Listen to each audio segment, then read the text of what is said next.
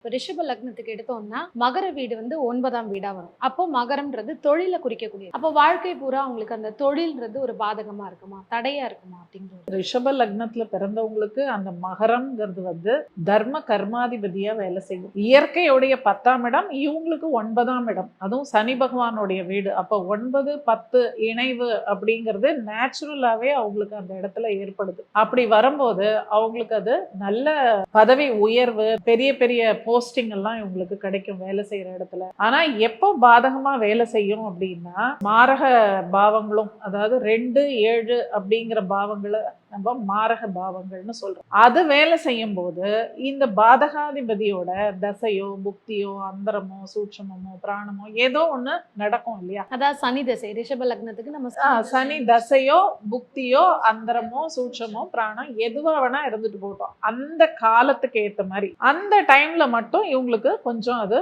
பாதகத்தை கொடுக்கும் அப்படின்னு சொல்லலாம். அதுவும் எந்த மாதிரி கொடுக்கும் அப்படின்னா, இவங்க உத்தியோகத்துல உயர்நிலை அடையும் போது இவங்க கூட வேலை செய்யறவங்க மூலமா இவங்களுக்கு ஏதான ஒரு பாதகம் பண்ணிட்டு இருப்பாங்க. முதுகு குத்துறதுன்னு சொல்லுவாங்க இல்ல, பேக் ஸ்டாபிங் சொல்லுவாங்கல்ல, அந்த மாதிரி வேலையெல்லாம் இவங்களுக்கு யாராவது பண்ணுவாங்க.